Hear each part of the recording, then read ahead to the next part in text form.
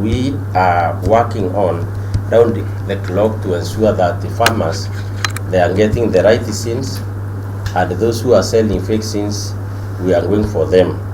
Recently, we are together with the team, security team in Nakuru, we are able to arrest one of the great suspects who comes from Nakuru, the area of Njoro.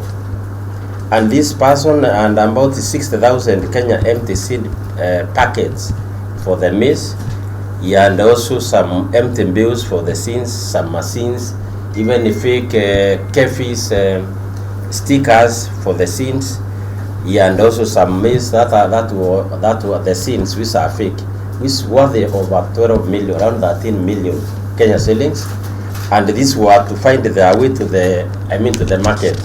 So we are working with the other agencies to ensure that these kind of incidents do not happen. So this guy is already arrested and is in police custody.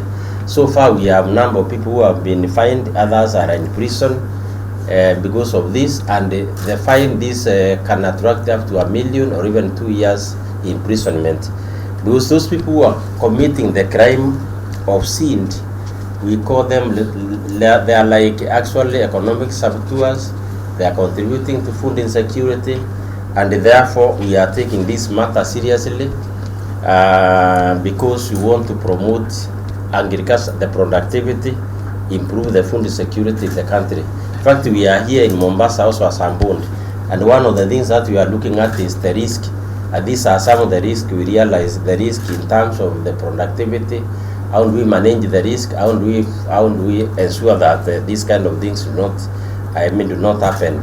So we would also like to partner with you, the people in the media houses, to raise the awareness so that the farmers, especially when you are going to the planting season, then people know what has to be done, how to identify the correct seeds.